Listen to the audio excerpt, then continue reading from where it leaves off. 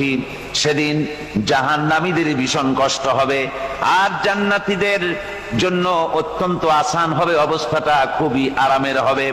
নবীজি বলেন, এক ফরজ নামাজ, এক ওয়াক্ত ফরজ নামাজ আদায় করতে যে সময়টুকুন লাগে, কিয়ামতের মাঠের এই সময়, এত বড় বিরাট লম্বা সময়, জান্নাতীদের জন্য এরকম হালকা হয়ে যাবে।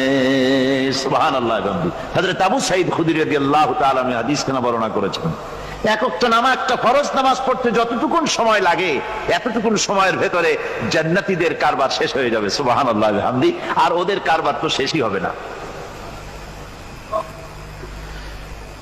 وَيَوْمَ تَشَقَّقُ السَّمَاءُ بِالْغَمَامِ وَنُزِّلَ الْمَلَائِكَةُ تَنزِيلًا। ওরা ফেরেশতা দেখতে চায়। সেদিন আসমান